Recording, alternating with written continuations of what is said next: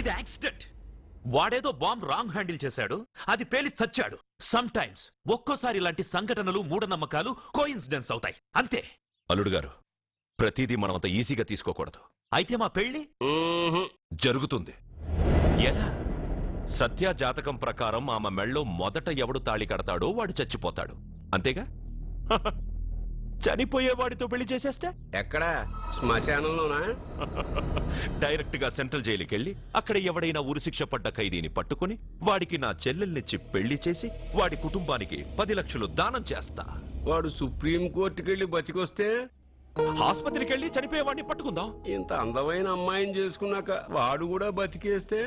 అయ్యో, నన్ను బతికుండగానే చంపుతున్నారండి. అక్కడ ఎవడో చచ్చాడు, వస్తున్నా. అర్జున్ ఏదో అయిందమ్మా. మనోడికి ఏమైంది? ఏమైంది నాన్న? కోనేట్లో పడ్డాడమ్మా. సమయానికి మేము వెళ్ళి కాపాడేవమ్మా. రే, నీకు ఈత కూడా రాదు, కోనేరులోకి ఎందుకు దిగా? నా వల్లే కదా పాప పెళ్లి ఆగిపోయింది. పాప పెళ్లి జరగాలని గుడికెళ్ళి చాలా సార్లు అంగప్రదక్షిణ చేశాను. బట్టలకి మట్టయిందని నేను వెళ్ళి మునిగాను. దాని తర్వాత ఏమైందో ఏంటో ఇదిగో వీళ్ళు తీసుకొచ్చారు. సత్యాకి పెళ్లి జరగాలని మొక్కుకోవడం న్యాయం, కానీ అందుకు నీ ప్రాణం బలివ్వడం ఏంట్రా? పోనీ అక్క, నా ప్రాణం పోయినా పర్వాలేదు. రే అర్జున, ఏం మాట్లాడుతున్నావురా నువ్వు? మనకి ఇంట్లో పని ఇవ్వకపోతే మనం అడుగు తినేవాళ్ళమని నువ్వే కదమ్మా చెప్పావు. అయ్యో, అక్క కోసం,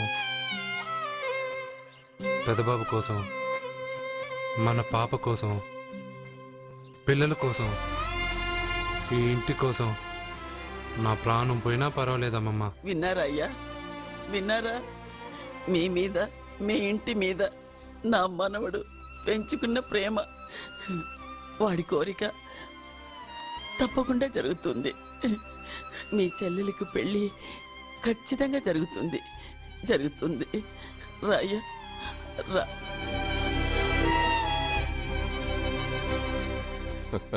పెళ్లి కొడుకు దొరికాడు. పెళ్లి కొడుక ఈడి?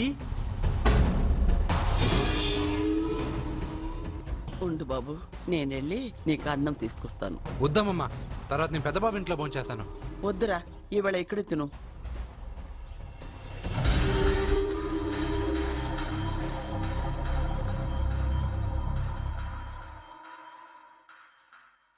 అయ్యా, మీరు మా ఇంటికి? నా చెల్లి జీవితం నీ చేతుల్లోనే ఉందమ్మా. ఏంటి బాబు పెద్ద పెద్ద మాటలంటున్నారు? నాకేం అర్థం కావట్లేదు. నిశ్చితార్థం జరిగిన రోజున పెళ్లి కొడుక్కి దెబ్బ తగలడం అపశకనం అనుకోని అబ్బాయి తరఫు వాళ్ళు ఈ పెళ్లే వద్దని వెళ్ళిపోయారు. ఎక్కడున్నాడా పెళ్లి కొడుకు? నేను ఇప్పుడే వెళ్ళి వాడిని కొట్టి మోసుకొచ్చి పాప మెడలో తాళి కట్టిస్తాను. నువ్వెందుకు వాడిని వెతుక్కుంటూ వెళ్ళడం? వాడికి బదులు నేనే నిన్ను వెతుకుంటూ వచ్చాను. ఎవడో ముక్కు మొహం తెలియని ఇంకొకటికి నా చెల్లెల్నిచ్చి పెళ్లి చేయడం కంటే చిన్నప్పటి నుంచి నా కళ్ల ముందే పెరిగిన అర్జున్కి నా చెల్లెల్నిచ్చి పెళ్లి చేద్దామని నిర్ణయించుకున్నాను. అయ్యా, మీరేదో తొందరపడుతున్నట్టున్నారు. లేదమ్మా, నేనన్నీ ఆలోచించే నా చెల్లెలి అభిప్రాయం అడిగి ఈ నిర్ణయానికి వచ్చాను. నా కోసం, నా కుటుంబం కోసం ప్రాణాలు ఇవ్వడానికి సిద్ధపడ్డ ఈ అర్జున్ రేపు నా చెల్లెల్ని ప్రాణ కంటే ఎక్కువగా చూసుకుంటాడు. కానీ మీ చెల్లెలు చదువుకున్న పిల్ల, వీడికి పొట్టపడిచిన అక్షరం ఒక్క రాదు. చదువు ఎవడికి కావాలమ్మా? అయినా ఓ మగాడు ఎందుకు చదువుకుంటాడు? ఉద్యోగం చేసి 4 రూపాయలు సంపాదించడానికేగా. నా ఆస్తి మొత్తం వీడు పేరున రాస్తే వీడు కూడా పట్టభద్రుడే. పెళ్ళయిన తర్వాత తెలియనవన్నీ తెలియజెప్తే పోలా? వద్దు బాబు, వద్దు. ఈ పెళ్లి చేయడం సరికాదు. నా మాట వినమ్మా. ఇప్పటికే నిశ్చితార్థం జరిగి నా చెల్లెలి పెళ్లి ఆగిపోయింది. ఇప్పుడు దాన్ని చేసుకోవడానికి ఎవడైనా ముందుకొస్తే నా చెల్లెలి కోసం కాదు, నా ఆస్తి కోసమే. అలాంటి వాడిని వెతికి చేయడం కంటే వీడికిచ్చి చేయడమే కరెక్ట్ అని వచ్చానమ్మా. అయ్యో భగవంతుడా, దయచేసి అయ్యా, తప్పకుండా ఒప్పుకోండి. వద్దు బాబు, మీరు ఇలాంటి పని చేయకూడదు. అయితే ఈ పెళ్లికి ఒప్పుకోండి. అయ్యో భగవంతుడా, నేనేం చెప్పాలో ఏం చెయ్యాలో అర్థం కావట్లేదు. ప్రతి బిడ్డ పుట్టగానే వైద్యుని చూస్తుంది, కానీ ఈ బిడ్డ భగవంతుడు చూశాడు, భగవంతుడు ఈ బిడ్డను చూశాడు. ఈ బిడ్డ జీవితం అద్భుతంగా ఉంటుంది. ఇప్పుడే అర్థమైంది, మా అర్జున్ ఎంతో గొప్పవాడవుతాడని. వీడు పుట్టినప్పుడే ఒక మహానుభావుడు చెప్పాడు. అయితే మీకు ఈ పెళ్లి సమ్మతమేగా? ఈ నిర్ణయం మీరు తీసుకున్నదో నేను తీసుకున్నదో కాదు, వాడిది.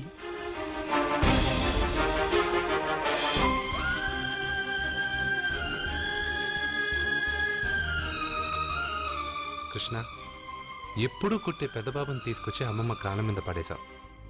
చిన్న చూపు చూసే పాపని నా పెళ్ళాన్ని చేస్తున్నావు. భలే ఫ్రెండ్ కృష్ణ నువ్వు. వద్దండి, మహా పాపం అండి. నా చెల్లెలి జాతకంలో మొదటి మొగుడు చస్తాడని రాసింది. నా జాతకంలో పెళ్ళ నా చేతిలో చస్తుందని రాసిలేదు. జాతకంలో లేనిదాన్ని నా చేత చేయించకు.